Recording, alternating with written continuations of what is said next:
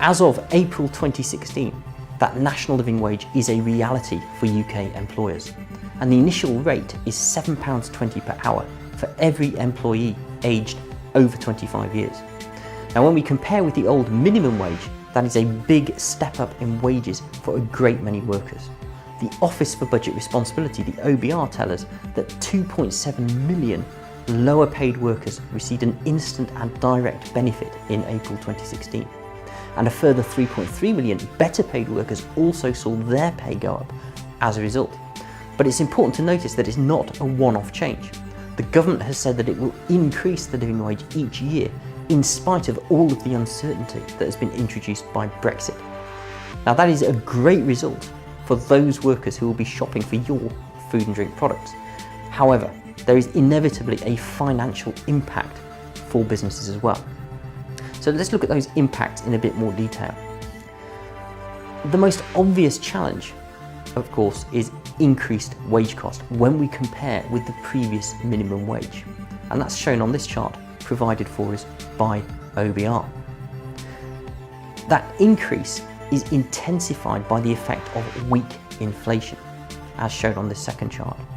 On this chart, the blue bars shows anticipated increases in the living wage according to the Treasury.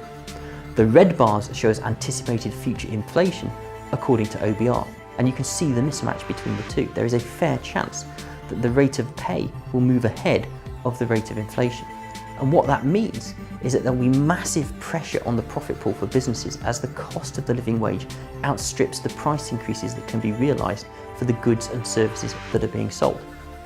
So, what can businesses do to tackle those issues? Well, businesses can either pass on the cost increases in the form of higher prices, or they can seek to offset some of the pressure through an increase in productivity. And productivity could be increased in one of three ways. There's the tech option. That's one way forward, but of course the capital cost of that is high. There's the product option. In other words, creating products which justify higher price points in order to offset the higher cost of the labour required to make them. Or there's the smart option, which is to use labour more effectively by eliminating wasted effort.